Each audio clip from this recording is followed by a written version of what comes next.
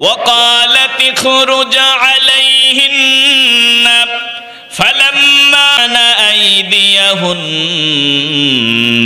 وقلن حاش لله ما هذا بشرا إن هذا إلا ملك كريم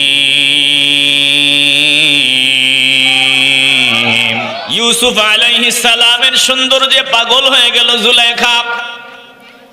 এবার সব দিকে সমালোচনার আওয়াজ।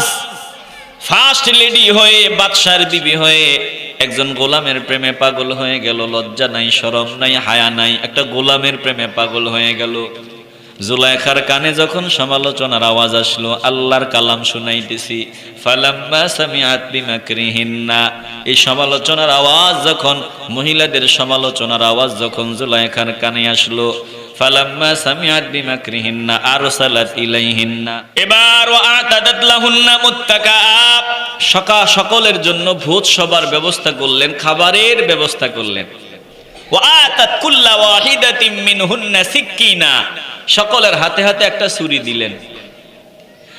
আর বললেন ফল কাটবা, আমি বলার আগে কাটা যাবে না। এবার ইউসুফ আলাইহিস সালামকে ডাকলেন। ওয়াকালাত ইখরুজ আলাইহিন্না, ইউসুফকে বললেন আপনি একটু বের হন, বের হয়ে তাদের সামনে দিয়ে শুধু একটু হাঁটিয়া যাবেন, আর কিছুই না। এবার ফালাম্মা রাআইনাহু আকবারনাহু ওয়া কাত্তা'না আইদিয়াহুন্না, বলে নারীরা ইউসুফ নবীর চেহারার দিকে একটা নজর দিল। আল্লাহ বলেন ওয়া কাত্তা'না আইদিয়াহুন্না, ফল কাটতে পারে নাই, ফল কাটতে গিয়া সবাই নিজেদের হাত কেটে ফেললো। দেখবেন রোজাদার যদি রোজা না রাখে কোনো কারণে, বড় অসুস্থতার কারণে, ডাক্তার বলে দিছে রোজা রাখবি না, বান্দা এত বড় অসুস্থ রোজা রাখতে পারে নাই, বান্দার শান্তি নেই, অশান্তি, বান্দা ফিদিয়াও আদায় করে, বলে সব আদায় করে, শুধু রোজা রাখতে পারে নাই, ডাক্তার বলে দিছে রোজা রাখা যাবে না, আর রোগ এত বড় রোগ, রোজা রাখার সুযোগও নাই। এই বান্দারে দেখবেন চোখের পানি ছাড়িয়া কান্না করে, জড়ায়া ধরে কান্না করে, হুজুর আমি রোজা রাখতে পারি না, জীবনে রোজা ভাঙ্গি নাই, রোজা রাখতে পারি না। বান্দা কান্না করে কেন?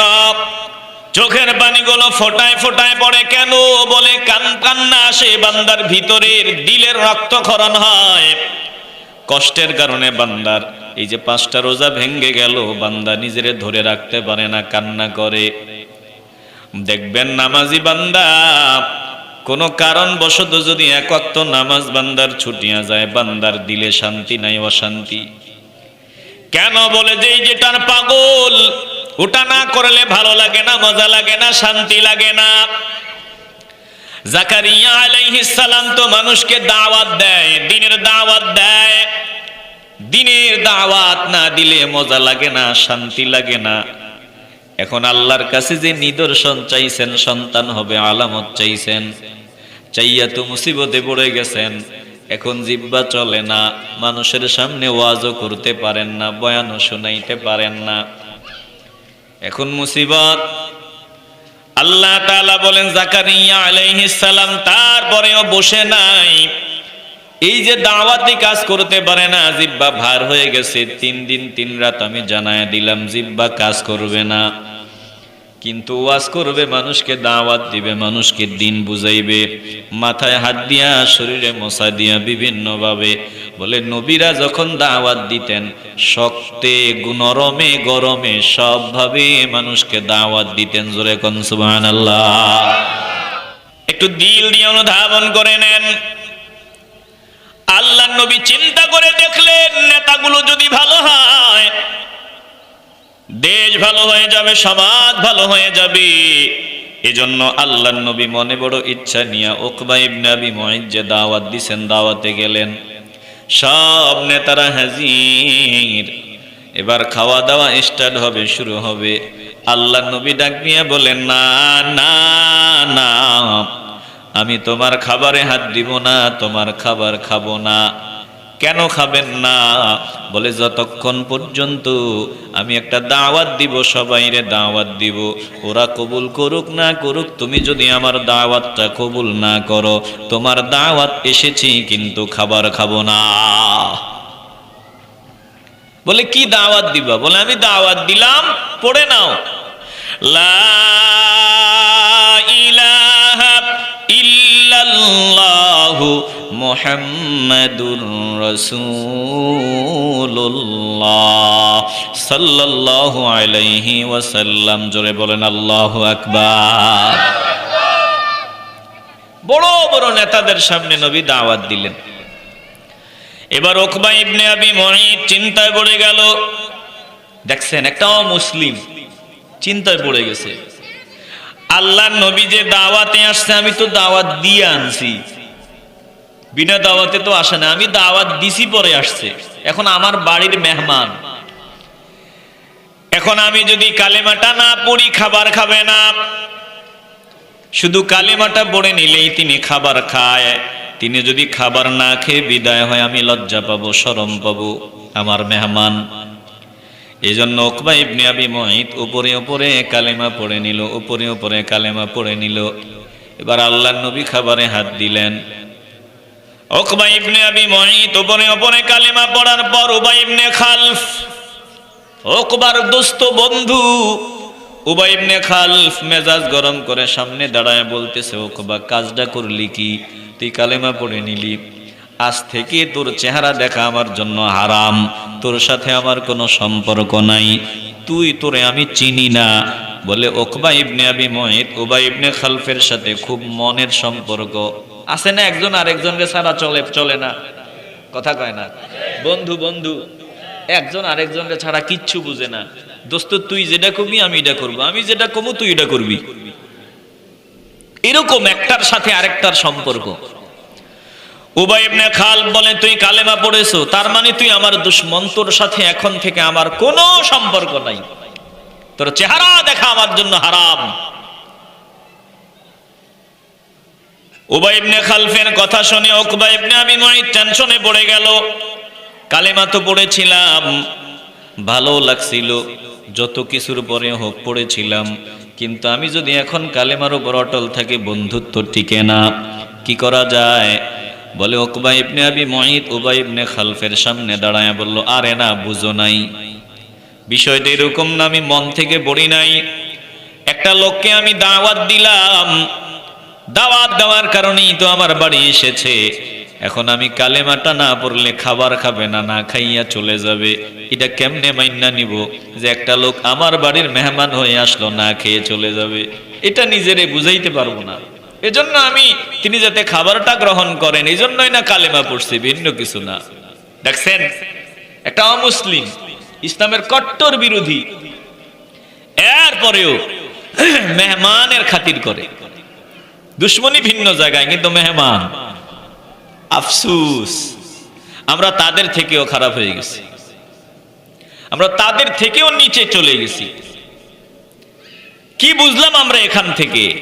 যে আমার বাড়ির মেহমান হলে আমার দায়িত্ব তার সামনে গিয়ে হাসি মুখে কথা বলা, কথা কয় না, সে দুশ্মন হোক অন্তত তার সামনে গিয়ে সালাম দেওয়া, একটু হাসি মুখে কথা বলা।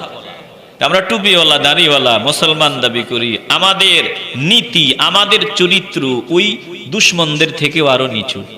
তাফসিরে এসেছেন, একটু দিলটা নরম করেন।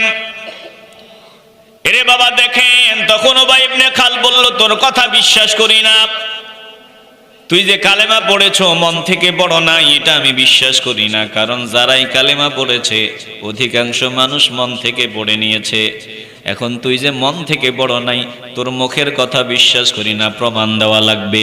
কি প্রমাণ চাও? বলে প্রমাণ চাই, তুই এখন যাবি মুহাম্মদ সাল্লাল্লাহু আলাইহি ওয়াসাল্লামের সামনে দাঁড়াইবি, আর দাঁড়াইয়া তিনার মুখের মধ্যে থুতু নিক্ষেপ করবি, যদি এটা করে দেখাইতে পারো তাইলে মনে করব তুই দিল থেকে কালেমা পড়ো নাই। জোরে কর নাউজুবিল্লাহ।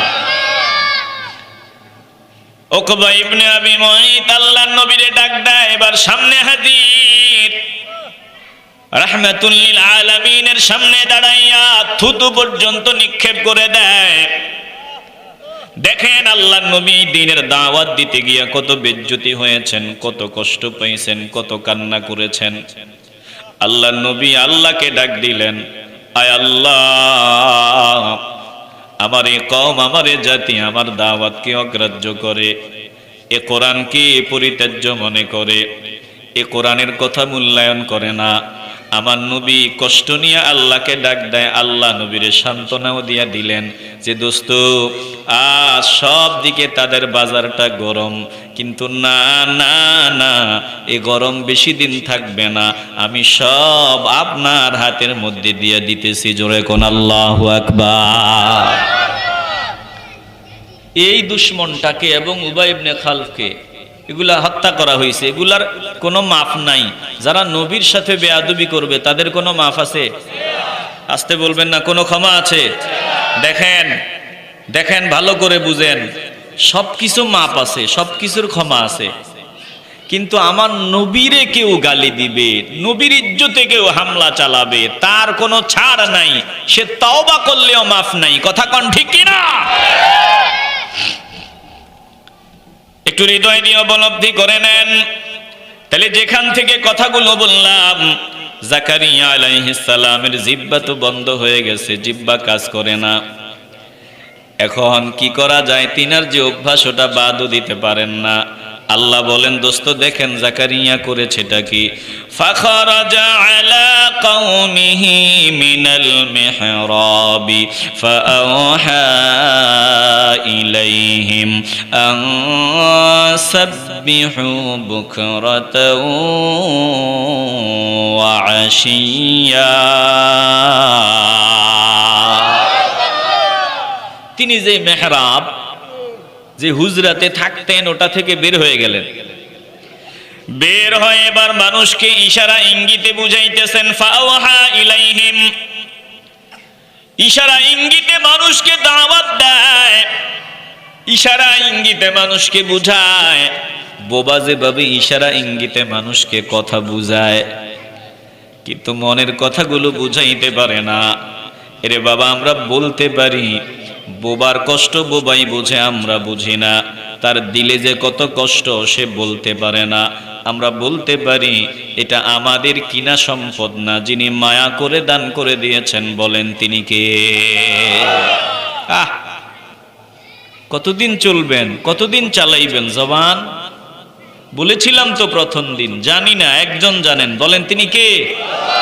এই যে 5 মিনিট পরে জবান বন্ধ হবে না, কোনো গ্যারান্টি আছে? চোখ দিয়া দেখি 5 মিনিট পরে চোখের আলো জন্মের মতো নিভে যাবে না, কানের শ্রবণ শক্তি বন্ধ হবে না, কোনো গ্যারান্টি আছে? তাইলে দিলটা নরম করে দেন। জাকারিয়া আলাইহিস সালাম মানুষকে ইশারা ইঙ্গিতে চোখের পানি ছাড়িয়া দাওয়াত দেয় আর বুঝায়, আমার রব এমন রব, আমার মালিক এমন মালিক। তোমরা আমার মালিকের তসবিহ পাঠ করো, সকাল সন্ধ্যায় আমার মালিকের তসবিহ পড়ো, মালিকরে সেজদা দাও, মালিকের গোলামি করো, ভিন্ন কারো গোলামি করিও না। জাকারিয়া আলাইহিস সালাম ইশারা ইঙ্গিতে 3 দিন দাওয়াতে কাজ করলেন। একটু জবান খুলে বলবেন, কয় দিন? 3 দিন। আল্লাহ জবান বন্ধ থাকবে বলেছিলেন কয় দিন? 3 দিন। আল্লাহ যেটা বলেন ওটাই হয়। চিল্লায় বলবেন আল্লাহু আকবার। এবার আল্লাহ সন্তান দিলেন, সন্তান হয়ে গেল ওই স্বাভাবিকভাবেই। বলেন তো সন্তানের নাম আল্লাহ কি রেখে দিছিলেন? মাশাআল্লাহ।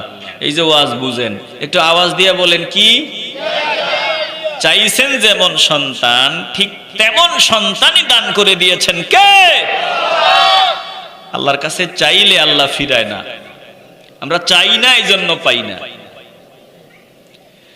একটু মূল্যায়ন করেন, সন্তান বড় দামি নিয়ামত, কোটি টাকার চাইতেও দামি। এজন্য আল্লাহর কাছে চান, সব সময় দোয়া করেন, বলেন হুজুর আমার ছেলেটা পড়াশোনা করে না, আমার ছেলেটা কথা শোনে না।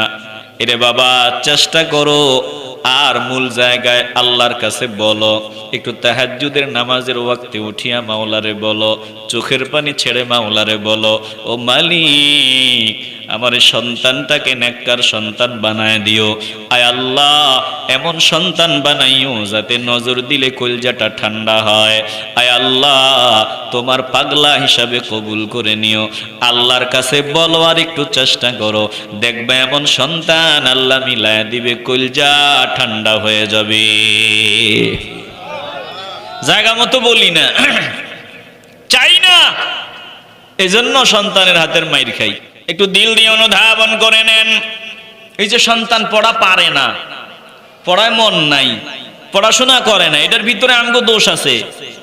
আমরা আল্লাহর কাছে বলি না, যদি বলি আল্লাহ তার মেধা খুলে দিবে, তার পড়ার মধ্যে মন বসায় দিবে।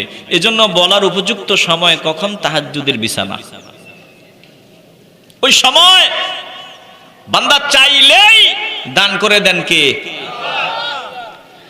তাইলে জাকারিয়া আলাইহিস সালাম চেয়েছিলেন সন্তান, আল্লাহ সন্তান দান করে দিলেন। এবার সন্তানের নামও আল্লাহ নির্ধারণ করে দিলেন। আল্লাহ ইয়াহইয়ার ব্যাপারে এবার বলেন, ইয়া ইয়াহইয়া খুযিল কিতাবা বিকুওয়া ওয়া আতাইনাহুল হুকমা সাবিয়্যা ওয়া হানানাম মিন লাদুন্না ওয়া যাকাহ ওয়া কানা তাকিয়্যা وبرا بوالديه ولم يكن جبارا عصيا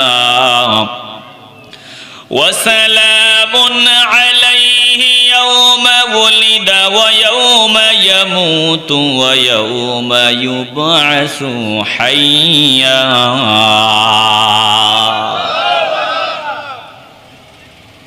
আল্লাহ এবার ইয়াহইয়াকে ডেকে বললেন, ইয়া ইয়াহইয়া খুযিল কিতাবা বিকুওয়া, ও ইয়াহইয়া তুমি কিতাবকে মজবুত ভাবে আঁকড়ে ধরো।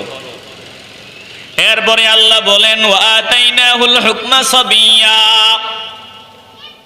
আমি ইয়াহইয়াকে শৈশবেই জ্ঞান দান করেছিলাম। ওয়া আতাইনাহুল হুকমা সাবিয়্যা, শৈশবেই ছোটবেলায় ইয়াহইয়া আলাইহিস সালামকে যিনি জ্ঞান দিয়েছেন, বলেন তিনি কে?